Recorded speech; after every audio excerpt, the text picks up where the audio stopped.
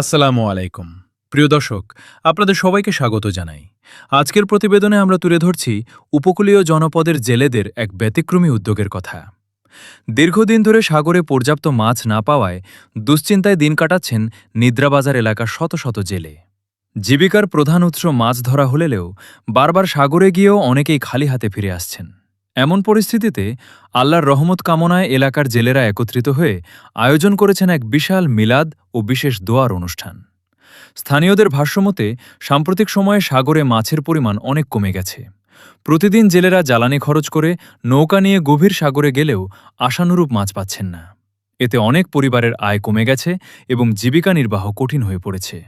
উপকূলীয় অঞ্চলের মানুষের জীবন ও অর্থনীতি অনেকটাই মাছ ধরার উপর নির্ভরশীল। তাই এই সংকট জেলেদের পাশাপাশি তাদের পরিবারগুলোকেও উদ্বেগের মধ্যে ফেলেছে। এই বাস্তবতা থেকে মুক্তি এবং আল্লাহর অশেষ রহমত লাভের আশায় নিদ্রাবাজারের সকল জেলে ভাইদের সহযোগিতায় আয়োজন করা হয়েছে এক বিশেষ মিলাদ ও দোয়ার অনুষ্ঠান। আয়োজকদের বিশ্বাস, মহান আল্লাহর কাছে আন্তরিকভাবে দোয়া করলে তিনি অবশ্যই তাদের জন্য কল্যাণের পথ খুলে দেবেন এবং সাগরে আবার মাছের প্রাচুর্য ফিরিয়ে দেবেন। অনুষ্ঠানটি অনুষ্ঠিত হবে নিদ্রাবাজার কেন্দ্রীয় জামে মসজিদে। এতে মিলাদ ও দোয়া পরিচালনা করবেন মাওলানা মোহাম্মদ আব্দুস সালাম, পেশ ইমাম, মরানিদ্রা জামে মসজিদ, এবং মাওলানা মোহাম্মদ আল আমিন আহসানি, পেশ ইমাম, নিদ্রাবাজার কেন্দ্রীয় জামে মসজিদ। আয়োজকরা জানিয়েছেন, এটি শুধু একটি ধর্মীয় অনুষ্ঠান নয়, বরং জেলে সমাজের ঐক্য, পারস্পরিক সহযোগিতা এবং মহান আল্লাহর প্রতি ভরসার একটি প্রতীক। তারা সকলের কাছে দোয়া কামনা করেছেন যেন আল্লাহ তাআলা জেলেদের কষ্ট দূর করেন, সাগরে মাছের প্রাচুর্য দান করেন এবং প্রতিটি পরিবারের স্বস্তি ও বরকত ফিরিয়ে দেন। এলাকার অনেকেই মনে করছেন, এমন উদ্যোগ মানুষের মধ্যে ভ্রাতৃত্ববোধ, পারস্পরিক সহযোগিতা এবং ধর্মীয় মূল্যবোধকে আরও শক্তিশালী করবে।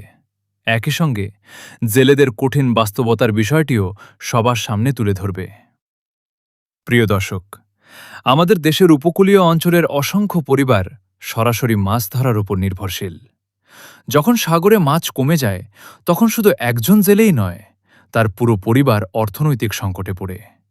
তাই এই দোয়া অনুষ্ঠানের মূল উদ্দেশ্য হল আল্লাহর রহমত কামনা করা এবং সবাইকে নিয়ে ঐক্যবদ্ধভাবে এই কঠিন সময় মোকাবিলা করা। আমরাও মহান আল্লাহর কাছে দোয়া করি, তিনি যেন সকল জেলে ভাইদের হালাল রিজিকে বরকত দান করেন, তাদের সকল বিপদ আপদ থেকে হেফাজত করেন এবং সাগরে মাছের প্রাচুর্য ফিরিয়ে দেন। আমিন। আজকের প্রতিবেদন এখানেই শেষ করছি। প্রতিবেদনটি ভালো লাগলে একটি লাইক দিন, বন্ধুদের সঙ্গে শেয়ার করুন এবং এ ধরনের স্থানীয় সংবাদ সবার আগে পেতে আমাদের চ্যানেলটি সাবস্ক্রাইব করে পাশে থাকা বেল আইকনটি অন করে রাখুন। সবাই ভালো থাকুন, সুস্থ থাকুন। আল্লাহ হাফেজ।